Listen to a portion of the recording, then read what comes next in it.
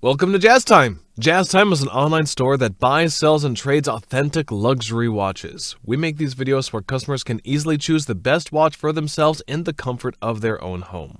If you like this watch and would like to purchase it at the lowest price anywhere online, click the link in the description below to buy it at jazztime.com. Today I'm going to be reviewing the Audemars Piguet Royal Oak self-winding 37mm rose gold with sapphire and diamonds light blue. Reference 15551OR.ZS.D344CR.01. I'm going to tell you a little bit about the history, and then I'll tell you about where this watch stands in the lineup of other similar 37mm Royal Oaks, and then I'll tell you about the case, bezel, bracelet, dial movement, and finally try it on and give you my thoughts. So without further ado, let's get started with that history, but let's be fast with it because I don't want to bore you. Royal Oak is the first luxury watch. It came out in 1972. A lot of other people copied it, such as Patek Philippe.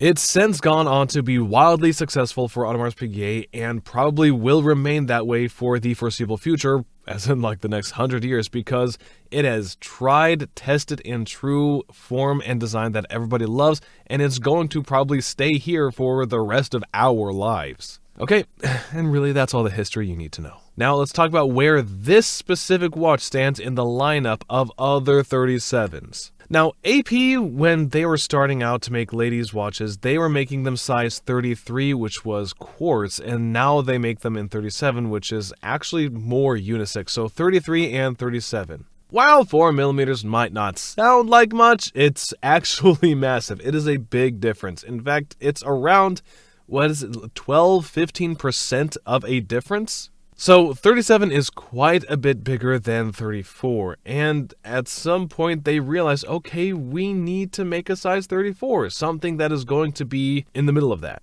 And so they decided, okay, well, let's make a size 34 and let's put an automatic movement on it. And so basically at this point you have two sizes for ladies, at least I think that you should consider. I think that you should pass on the quartz. The quartz really isn't that great. It's battery run movement, and I think is probably going to phase out pretty soon. So for ladies, if you're looking at size 34, which is small, or size 37, which is large, and you gotta make that decision, really.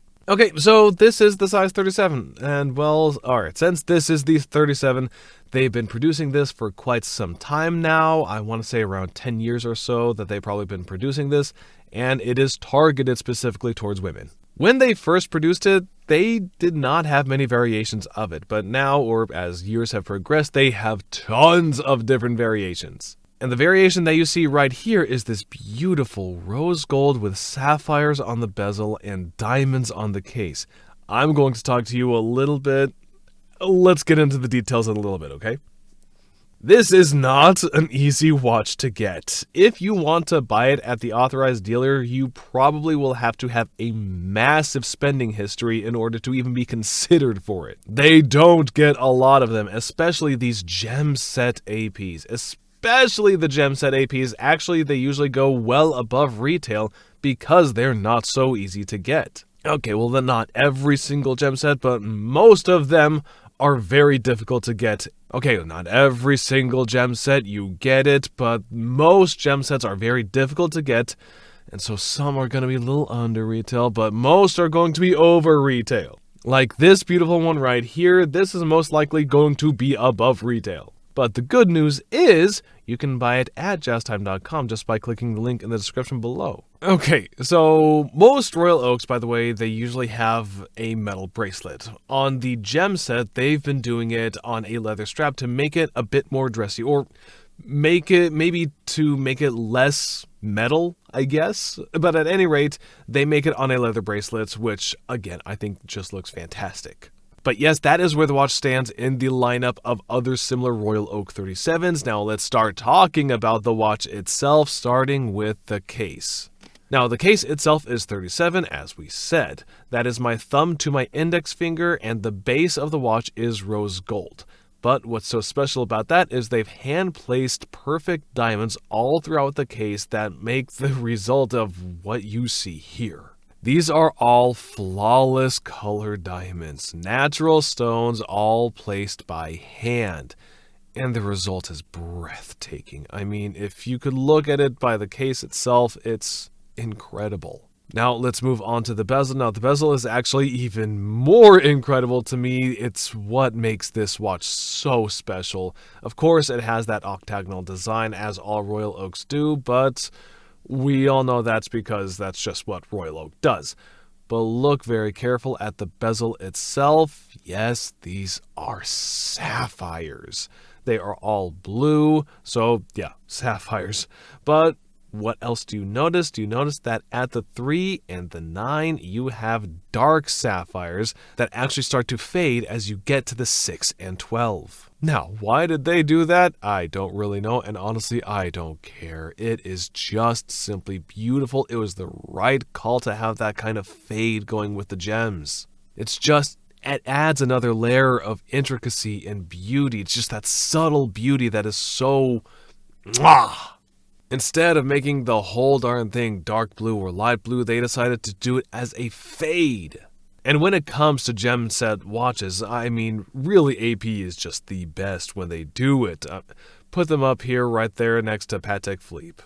Rolex has some beautiful gem sets as well. Richard Mille, they also have some very nice gem sets, but AP always knocks them out of the park when it comes to gem sets. Now, they do make another version like a Gemset 37. It's actually with a green dial and it's all diamonds. And that one, to be honest, I don't really like it. It's an odd combination in my opinion. I think this one is way much better and the secondary market price is going to reflect that because this is going to be much more expensive than that green one. And I believe they also probably did this fade because if you notice, the strap is also that pastel light blue as the strap gets closest to that 6 o'clock and 12 o'clock, which is where that lighter color of the sapphires are. And now let's move down to this dial here. Again, the dial, they really knocked it out of the park with this. The dial itself is that standard grand tapisserie historical pattern, which really, it kind of just looks like little waffles, but they did it with this beautiful color, this beautiful pastel light blue. It's one of my personal favorite colors. I just really like it. I think it evokes the feeling of summer. It evokes that cool feeling like being on a yacht somewhere in the Mediterranean with a fancy dress that could be worn in white with a sun hat, all of that stuff. It just really pops out to me like that. Please pay close attention to the hour marking at the minute hand as well as the markers in rose gold and that match the case, and they also put some luminescence on there so you can actually read it at night. And to top it all off, you really do have to look carefully, but if you notice at the 12 o'clock, what did they do? They put diamonds at the 12 o'clock. I think it's just a really nice touch. And the newer 37s, by the way, instead of having that AP sign, just one word, the letters AP, they actually fashioned the words Audemars Piguet. They cut it out literally in gold and they place it on the dial. And I just want to tell you this, by the way, because if you look at super high-end watches like Patek Philippe, they usually print their logo. To me, after AP put their logo on gold, when I go back and look at the Patek Philippe's that print out the logo with the physical print, it looks kind of cheap when they did that. Without that name on the watch would probably hardly be anything like 150th of the price. So that name, you really have to cherish it, and there is value in that name that's worth its weight in gold. And so in the AP, they literally put that name in gold, and I think, it was the right decision. And if you look at the new Royal Oaks, all of them, that is what they have started to do. They no longer print it, they have that word, Audemars Piguet, the brand name that must be cherished and put in gold or whatever else they're using. If they're using platinum, they'll go platinum. And anyways, enough about the dial. It looks fantastic. There you have it. Now let's check out the strap. The strap, good thing about APs is that you can change the strap, but on this one, why would you want to? I mean, it matches the dial. I mean, why would you want to do anything to it? It's perfect. For me, the only other strap that I would consider would be just a clean white strap. Maybe. But nothing wrong with this alligator light blue pastel colored strap. It matches the dial. It matches the bezel. It's perfect. And since we are down here on the strap, let's talk about the buckle. Did you notice the buckle, the attention to detail? They put these tiny, tiny, tiny, tiny diamonds on the buckle. I mean, the amount of work that it must have done just to put it on the buckle. And by the way, they reconfigured this buckle from the old version. The old version, it sat weird. It sat funny. It had this folding AP clasp that would ride up on the side of your hand. It looked weird. Now they have this butterfly clasp. You simply check these two buttons right here and then it opens. It opens on both sides actually, so that allows the buckle to sit flat on your wrist, and it actually makes it more secure, also look better. I thought the old ones, the old buckles, it was honestly a poor job. The buckle on this looks so much better. It has a more cohesive look. The top of the watch has all the gems, and then you look at the bottom, it also has gems. It's cohesive, it's perfect. You have this continuations of diamonds onto the buckle. It really looks great. And actually, by the way, I do want to say that just for the case, I am glad they did not put diamonds on the side of the case. They just did it on the top because you don't want to have too many diamonds. I mean, the whole thing is freaking diamonds, right? I mean, you don't want to put a diamond in every single blank space. Then it kind of just looks like a chandelier. It wouldn't make any sense. So I think they really they made it perfection. They knocked it out of the park in the design, the implementation of this particular watch. Okay, now let's move on and talk about the movement. The movement is also upgraded. This is a caliber 5900. It has 188 parts, and let me give you some reference on that. The old movement, it had a diameter of 26 millimeters. The new caliber, it also has 26 millimeters, so that actually did not change. But the number of parts in the old one was 280 parts. Now it's 188. That's 100% less parts, or 30% smaller. Now, what did all that do? How does that affect the watch? Well, number one, it makes it thinner because you have less parts. Before, the Royal Oak 37 was 10 millimeters, and now it's 9. Trust me, 9 is ridiculously thin. About 8 is as thin as you could possibly get with a lady's watch. 9 right here is, considering its size, it's a very acceptable size, very thin. And it has 29 jewels. It is self-winding. As a result of having less parts, you actually have an increase in power reserve, 60 hours as opposed to, I think the old one was 40 or something. You have more power reserve because the mechanism itself is 100 parts more efficient. You think with more parts it would last longer, but no, more parts creates more friction. It makes the mechanism not as accurate, not as reliable. And it also makes the power reserve suffer because of that. Reducing the number of physical parts within that mechanism is beneficial in every single way, which is exactly what they did. And by the way, you can turn it over and see this beautiful rotor in the back. And I believe the rotor now looks so much better than the old one. And to be honest, it was kind of dated. It kind of looked like a Patek Philippe.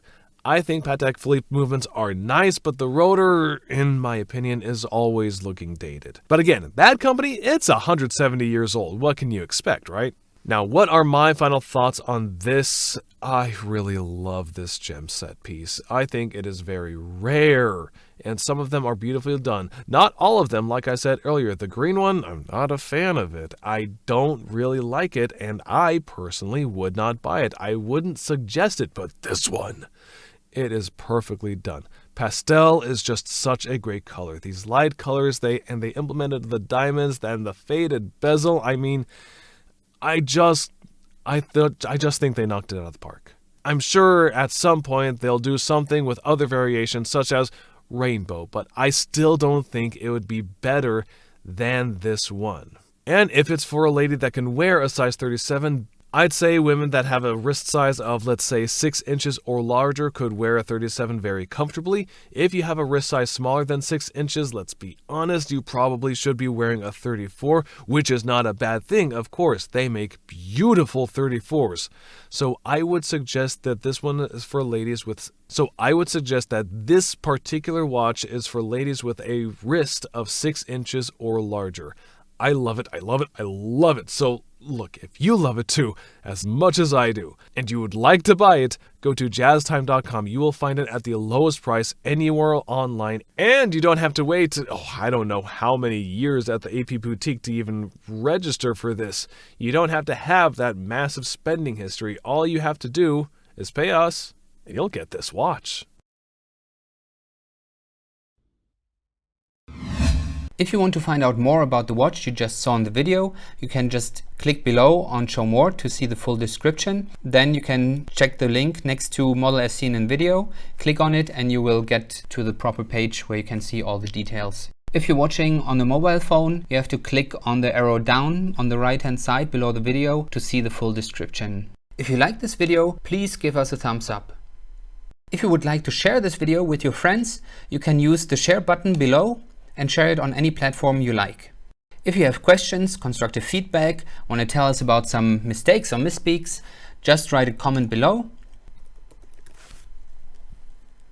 If you want to see more videos like this, you should subscribe to our channel and visit our channel page where you can find all the videos. And if you're interested in a specific watch brand, you can check out our playlists. If you want to check the price for a watch or want to buy one, remember at jazztime.com you always get a steep discount, so you should check the prices with us. If you want to know the price for a specific watch, just go to Google, type in JazzTime, plus the brand, model and the details you're interested in, and Google will find the right page for you.